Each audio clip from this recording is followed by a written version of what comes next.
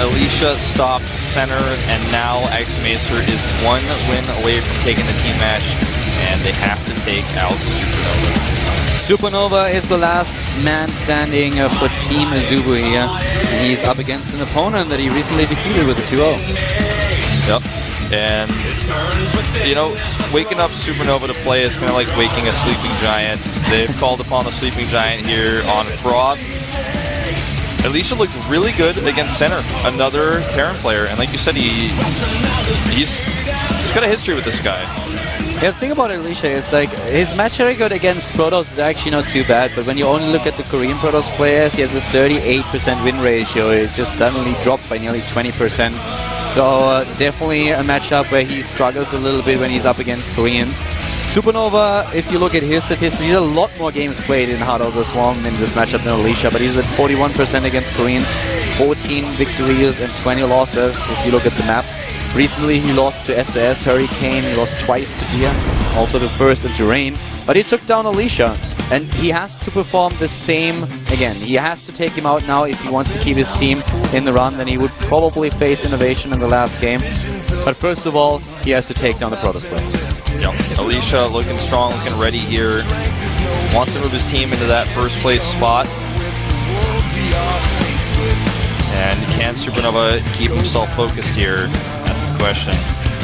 Alicia with a victory already in the last game, of course, now in a position where he is warmed up against Terran. He took down Senna and had a really good build, very smooth transitions into the last game that he made. Going up against Supernova, it's a little bit of a different story, but that's what he has to accomplish right now if he wants to end it right here on Frost.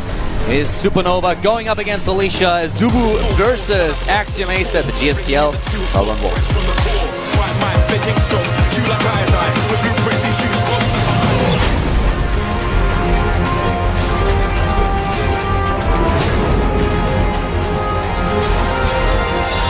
And the last player for Team AZUBU starts to the top right of Frost. It is AZUBU Supernova. Supernova with a big, very good track record against Alicia, taking his opponent out with a 2-0 just recently. Now he's up against him again. Starting to the top left, we have the Protoss player for Axiom-Acer. Axiom-Acer. Struggling a little bit against Korean Terran players, but just a game ago he defeated Senna, who played really well so far today. Yeah. So, this map is very different from the last one, and then it's a 4-player map. It's big. It's not a map where you can do a blink play very comfortably. But I really got to hand it to Alicia. That was really one of the best transitions out of blink I've ever seen. He already knew before he saw the bunkers, okay, I have to make my Nexus, so he saved money. Because he saw the Reaper double-checked, even. Not even just checking once, but double-checked that there was no Nexus and that there was Twilight Council with Chrono Boost on it. So he was like, okay, transitioning here, straight into Colossi, continue to harass, really great play. And that's what gave him an edge over center, but probably not going to have that same type of edge then in this game. He's going to have to do something different because the map just does not really allow for that type of blink play. This is probably going to be more of a late game oriented map that we are going to see between the two of them. This is not going to be aggression right off the bat. We already saw Supernova going into a command center first here and not starting with the barracks or anything else here, so he really wants to get an advantage in his economy. Alicia, on the other hand, also didn't send out a single scout just yet. He's currently in his own mail. He's going for the double gas. But right now, Alicia definitely knows that this is a very different game compared to the one that he played against Senna. Yeah. CC first in the double barracks, like we've seen already from Center earlier. Yeah, for Alicia, that's now a situation where we will most likely in the late game then see once again the battle between the Storms and the Snipes, or the EMPs. Ghost Tech versus High Templar Archive is usually what unfolds in front of you if you see Protoss versus Terran on a very big map, unless one of the players wants to be super aggressive. But right now, it actually looks like Alicia might be a lot more aggressive than I initially thought. There are no attempts to go straight into an expansion, but he drops the Twilight Council once again. Can he take down the Scout on the other hand? I don't think so. I don't think he's going to stop it. It will be scouted. He tries. No, has been found. But he didn't click on it. I don't think he did. No, he did not. At least as far as I was looking. So, I don't think that he really knows what exactly that was. Yeah, he might think it's a Stargate, for example, instead. Probe in here getting some good information. Yeah, the probe definitely sees everything that's coming, and Alicia is actually going for the blink build once again. Very surprising to me. And that's the scan. He double checks. He didn't click earlier, so he wanted to know, okay, what is this? And he sees the research of the blink and the chrono boost. And if I'm Supernova, I'm actually a little bit scared. You know, I just watched my opponent die to this, even though I defended. But it was an overreaction, and Alicia's transition was good, so I'd be a little bit scared. Same gates being added and everything. And it's a lot harder to hold this build with the build that we see here from Supernova rather than the one that we saw from Center. Definitely not what I expected out of Alicia, but he goes for the aggression, and this time we have him also. I mean, in this position right now, that is all going to come down to timing. We have the first bunker now on the low ground for Supernova, but as I already said, he went into a command center first here, and he's getting the second bunker now in the main base. But will he have enough to really stop this onslaught of Blink Stalkers that are going to come down on him soon? It's going to be all about the micro from both players. Where's the targeting? How good are the blinks? This timing is perfect for Alicia. Mothership Core is going to arrive right as Blink is finishing. He's got the gateways as well, right as Blink finishes. Pylon's finishing right now. Everything is lining up perfectly. Pre-pull here by Supernova.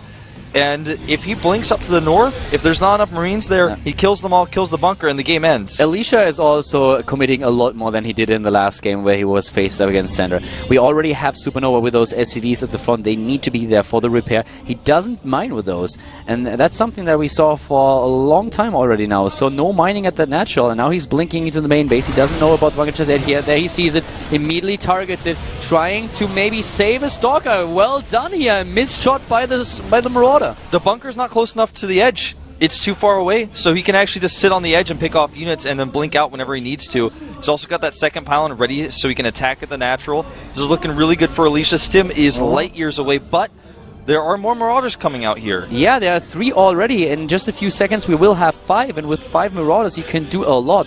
So even with that huge advantage in numbers with the Stalkers, I feel the Marauders alone will already give him a tough time. There we go though, they're being sniped. 1, 2, and a third one is going down, and all of the Stalkers going straight to the main base, to the right side, sniping another Marauder in the process, and now trying to dodge the SCVs that are going for the surround. Great usage of this terrain here, going right in between the barracks, finding the weak spots here in his defense, but he's losing a lot of hit points on these Stalkers, and he needs to blink again, but he blinks into the main, back towards that mineral line, and he's going to find himself trapped. He's finding himself trapped, but he can blink down to the natural, and that might be exactly what he's going to do, and here we see it. He's going in for it once again, and those bunkers are not manned anymore. The ramp, a choke point that is now working against the Terran player. The SCVs are always with the entire army. They are not mining anymore, and this is a great position here. Alicia could do so much damage with this if he blinks into the main base again. Yeah, now the worker count severely in Alicia's favor. He actually lost his mothership core. Yeah, he did lose the mothership core. He cannot blink into the main base again, and without the mothership,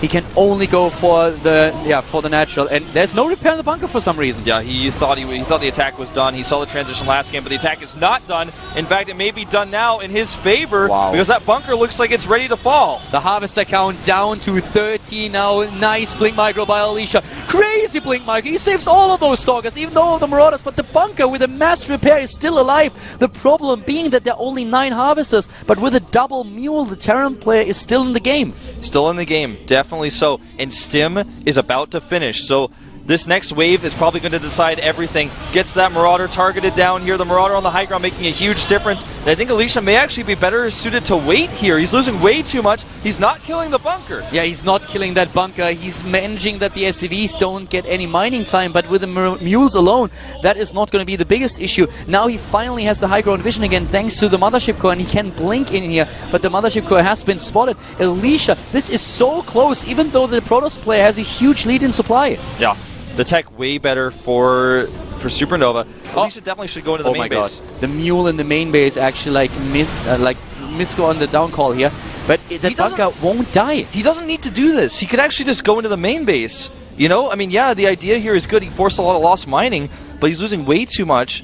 At least his micro is perfect, so he's not losing any of his Stalkers, but I'm really scared for him every time he attacks that bunker. Yep. he really could just go into the main. He wants to kill the bunker, though. I think Time Warp will be on the ramp. This is too much DPS. I think this time the bunker is going down. This is way too much DPS. The Time Warp here alone already delays the Terran player's army. There goes the bunker, and maybe this is it. Alicia taking down units, microing like a god, once again saving all of those Stalkers and targeting down the command center. The Time Warp still walking against the bioforces of his opponent, but this command center is done for. Command center is done for. It looks like the army will be as well. All he has to do is blink up. He does. GG! Alicia is victorious. He takes down the last player of Team AZUBU. Supernova is down, has to yield in the end, and Alicia takes the game for his team and brings them to victory with a 4-2. Axiom-Acer looking really, really strong this season so far, and now, of course, undefeated. That was close, though. That was really close. Even if you're down with this many Harvesters as a Terran player, you always have a chance to come back when you have 2 or more command centers, thanks to the Mules. And with all of the Marauders that he had and the Stim nearly completing, he was in a position where if he holds a little bit longer, if he gets those Marauders into the bunker, then maybe he can make a comeback and take down Alicia, who's still on 1 base in this situation. It was definitely really close, a lot closer than the supply said. And Alicia was very intent on killing the bunker. But if his micro were worse, that could have been a totally different game.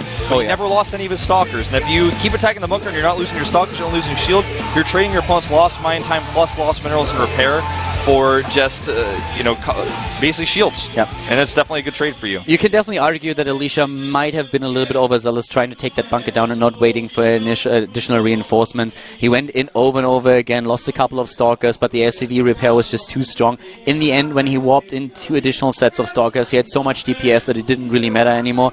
And his micro really kept him alive. So many of these Stalkers were down to maybe 10, 15 hit points, and he never really lost them because he moved them back. And that's something that he also did when he was in cooldown. He did not only rely on Blink here, he always moved the Stalkers back and just made them walk to the back row if there was a problem. Exactly. Perfect micro. I mean, you saw in those final shots, all of his Stalkers, full shields, maybe 10 hit points left. So, great micro. We're going to actually look at some of this micro again here in the replay.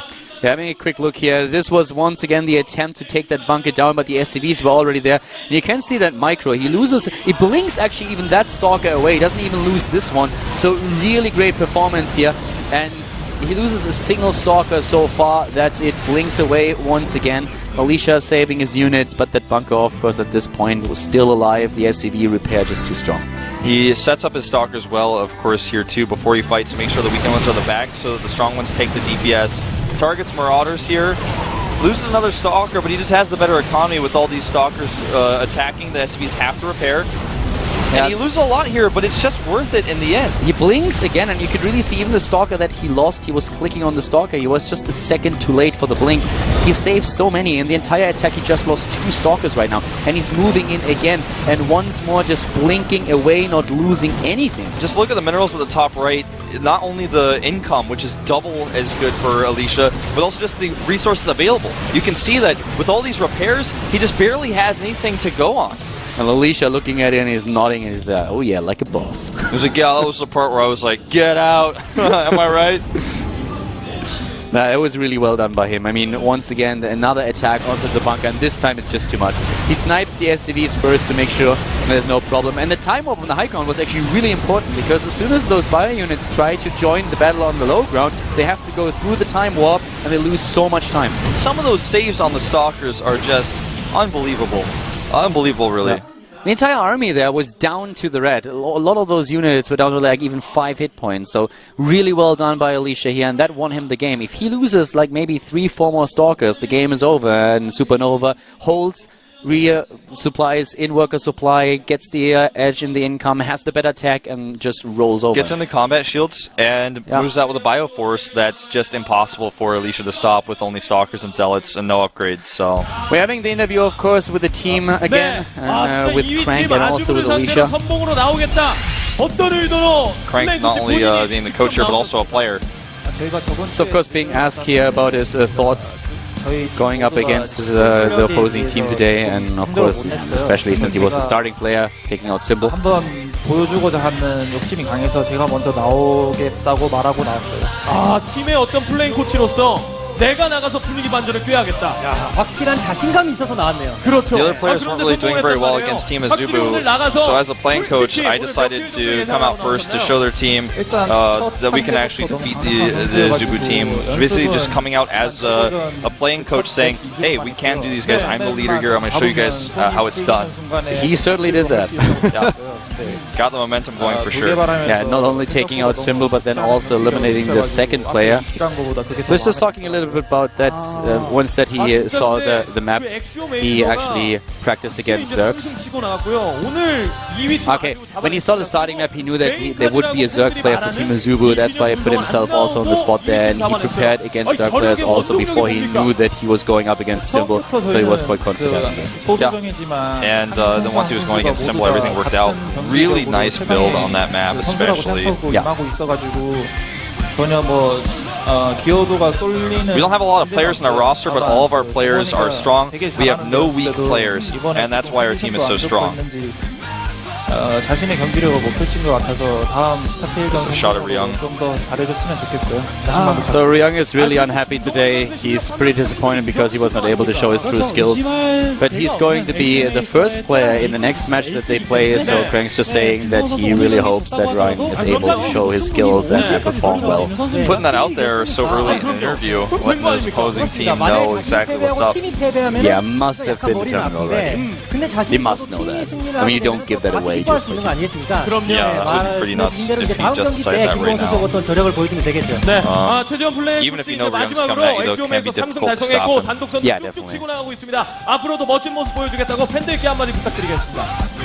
제가 그 실력에 비해서 멘탈. What are your comments to the fans? Is what he's asked here because you're in first place with 3 wins. Oh, they didn't drop a single team match so far. Exactly. They have a pretty good indicator. They are +8 now. 그 와중에 그 배틀넷에서 이성원의 해설. So it's actually saying that they are not thinking about the current ranking. They are going to be very calm and going to prepare for a match at a time. Pretty solid comment here, actually. Like not looking to just taking it one game at a time and making sure that they perform as well as they can. Yeah, no overconfidence here. Did a great job so far this season. I mean, not only not losing a single team match, but being at a +8 indicator after 3 games. That's pretty incredible. 네, 축하드립니다. And Crank just been such a great player coach for his team, really keeping the team together. It's a small team, like you said, but he feels he has no weak players, and that's what makes them strong. I mean, considering they're basically the smallest team here, doing the best, that's pretty incredible in itself. We have another interview coming up now with Alicia, the last player for the team. They shot a victory, actually 2. 내가 끝까지 마무리 지을 수 있겠다 이런 마음가짐으로 갔나요? 아니면 그냥 카운터만 치겠다? So he was able to finish off today's match when he was coming out, and they were just asking him if he was really confident going into the first game that he played today that he would be able to end the team match. Yeah, get both wins. His win rate versus players on Hyundai was very good, so he was confident bringing out that map. And he also knew that Supernova was going to be the last player, which is what a lot of people expected. So he felt very well prepared coming out against him, coming out as the 3rd player. Yeah, he definitely showed that today. And on Hyundai in particular, we talked about the transitions that he made and all the choices that we saw from him there.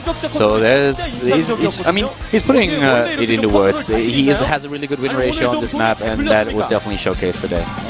자신 있는 건 아니고 솔직히 좀 많이 죽었는데 그렇게 보셨으면 감사해요. He's saying that his micro is not as good as it used to be, but the Korean commentators are actually being very flattering about that.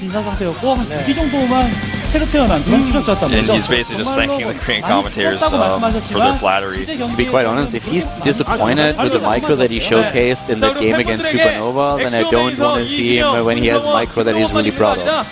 I guess that's his dungeon fighter skills coming through. It's like not losing a single unit, blinking them out with only 1 hit point instead of 5. Alicia's ID comes from a game called Dungeon Fighters popular in Korea. It's one of the characters' names, so that's how he chose it as his ID. 네, 축하드립니다. All the teammates in the Axiom-Acer house are going to come out and do well. So, and he's just saying, of course, they expect good things for our next matches because we're all going to do our best. Yeah.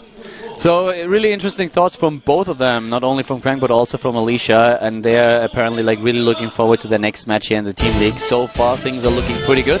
Yeah, really good, in fact. Let's get a refresher on how things went down. Crank taking the first 2 wins, but losing, of course, to Center. Yeah, Senna, the only one who was able to get a couple of wins under the scoreboard for Team AZUBU today, taking down Crank and Ryung back-to-back. But then it was Alicia who made sure that they would come out victorious today. Yep. So Crank and Alicia, 2 Protoss players, taking the wins today, all 4 of them.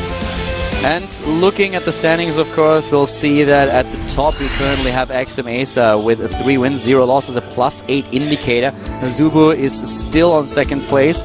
But later on today, we will have the next match. We will have the game between Seoul and FX Open, 2 teams that didn't win once this season. Yep.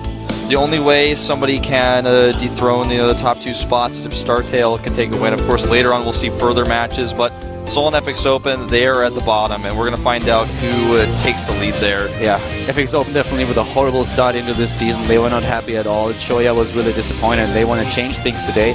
We will have them going up against Seoul in just about like 2.5 hours. Yeah. And then, of course, following that, our next match, our 8th match, will be Startail up against Axiom-Acer on that following Thursday. Yeah, on Thursday we're going to have the match between those 2 teams. But today, just 2.5 hours from now at 6 p.m. Korean Standard Time, we're going to have the game between FX Open and Seoul. So make sure that you tune in for that. One of those teams will already...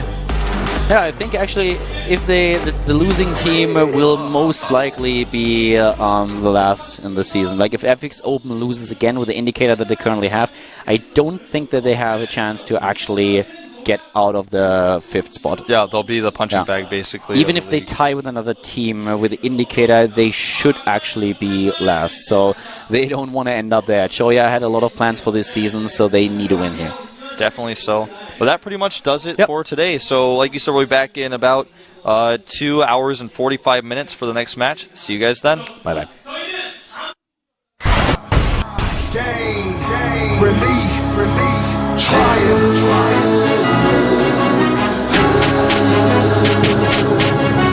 4 years, 4 kids.